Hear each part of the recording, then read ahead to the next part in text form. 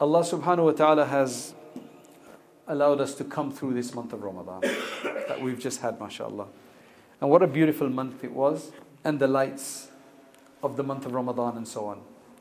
Now the thing is that, I don't know if I was able to explain this, but Imam Ghazali mentioned something that really made life a bit easier for me, because you know, when you're fasting, you feel broken. Especially by Asr time, by late afternoon, you feel weary, tired, you feel lethargic, you feel like sleeping. Does anybody still feel fresh, mashallah, all the way until iftari time, and they're exactly the same? They can do, anybody like that?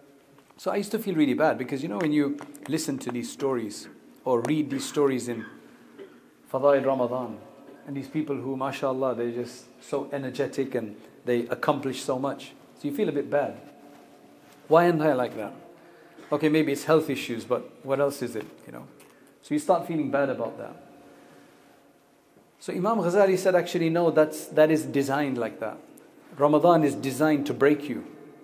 Not in not so many words. Ramadan is designed to break you.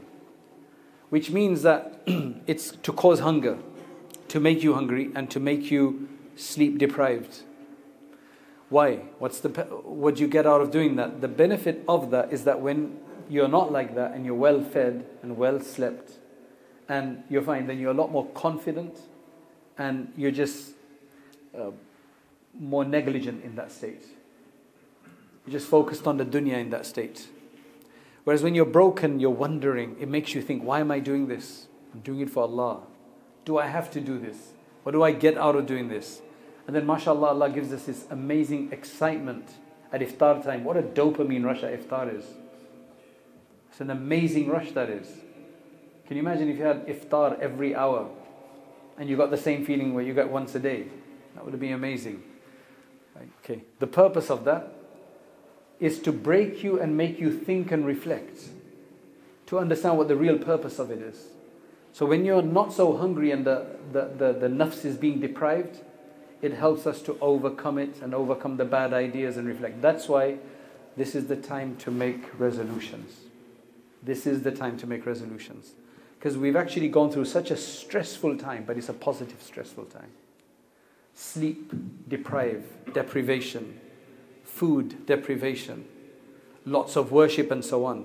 That's why after Ramadan can be different from what it used to be before Ramadan. At least that's what Allah's design is. But unfortunately, we go back to doing exactly everything the way it is. Let's not lose that opportunity. It's been a month, it's been a week only. Let us not lose that opportunity. Let us maintain at least some aspect of that Ramadan. And let us prolong some of the things and extend some of the things and endure with some of the worships that we did and avoid. And the paradigm shift and the difference in our thought process, that's very important. I just got a call yesterday from some brother I've never met before, though I've talked to him many times, so I kind of know him, but I've never met him. And he happened to be in Umrah for the first time. He's a businessman. And he's in Umrah and he's been on my case for like a day or something. I need to talk to you. So I said, okay, fine. I gave him some time and we spoke. And he said, you know, I've been here for this many days, and aside from the first time I saw the Kaaba, I just don't feel that same thing and that same urge to just go there all the time as all of these other people are going. You know, crowding around the black stone and getting to the door of the Kaaba. I don't feel that urge, and I don't feel that same sense. So I listened to him. Essentially, that was his comment, like, why don't I feel like that? Am I just completely messed up?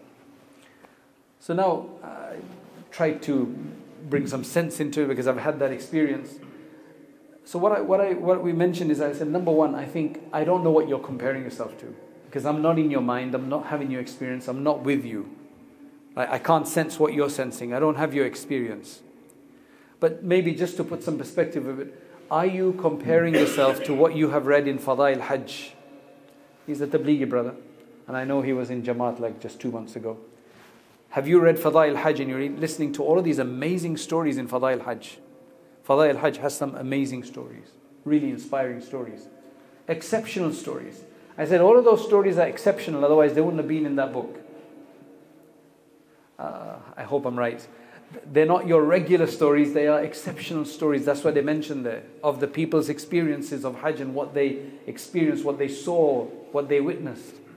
So if you're going to compare yourselves to them, then, that's going to be a big shock. So stop comparing yourself in that sense. He was talking about tawaf, and so I said, number 2, what you have to understand is that don't compare yourself to other people as well. You don't know why they're going for the black stone. A'udhu billah, Allah forgive us, but maybe we've gone and tried to kiss the black stone just to show how macho we are, that we can get through it. It's a possibility. I'm a big guy, I can just get through, shove everybody out of the way. Let me show you how to do that. And believe me, once I did it, I got to the multazam. And when I got out of that, shaitan just overcomes you, like, look where you are. And there's all of these guys and you're right there. I was, A'udhu billahi minash shaitanir rajim. So you have no idea why people are going there. We're not underestimating everybody's intention, but let that not make you feel bad as such. Right? So that was just to kind of bring him down. However, the other side of the story is that Hajj is a journey of love. And if you don't know what love of Allah is, you're not going to get half of what you're supposed to get there. Why should you go around 7 times around the Kaaba? Because you're unfit, so at least do some exercise once in your life? No. You go around because that's the house of Allah. Your love of Allah is what takes you to His house, because that's as close as you can get. When you have a lover, you want to be as close to them as possible. Anything you love, you want to have it in your possession. If it's a human being, you want to hug them. People hug their cats and their animals because they love them so much. Right? So you hug them, you want to kiss them, you want to be close to them. So when you're going around the house of Allah, you are essentially saying, this is as far as I can come, Ya Allah. I'm going around your house. And only a crazy lover would do that. I know you're not inside, but this house is attributed to you. I can do that because, let's just say that you are going past. You got somebody who's very special to you who lives in Leighton. And you're just going past Leighton, you just see the board. What are you going to think of when you see Leighton? The board. You're going to see Leighton Stone, it might remind you, you're going to see Wanstead, no big deal. But you see Leighton, yeah, he or she lives there. You're immediately going to think that. So going around the house is essentially, that's what you're doing. Then if you I told him, go to the multazam. I said, get to the multazam, put your chest there, hug it, like the Prophet ﷺ did, where he showed us how to do that. And put your cheek there, and then you'll see that is the most experience. That's the most amazing experience, to be honest. That's amazing. Right? That is what the Prophet ﷺ did. Allah has allowed us to do that. That is the love, that's the physical love we can show, if you want to translate that into a type of physical love. And if you want to kiss something, go and kiss the black stone. Because humans have this desire to do these things. I said, you need to go Umrah. He was in Umrah. I said, you need to go Umrah multiple times, or you learn love at home and then you go and you'll see the difference, or you go and you learn it there. Similar, somebody else contacted me about just over a week ago. I've been doing dhikr, my own dhikr sessions, my own dhikr amount. And mashallah, sometimes I feel it, and most times I don't, and I can't bring that presence. So I said, it's not really something you can turn on and off all the time.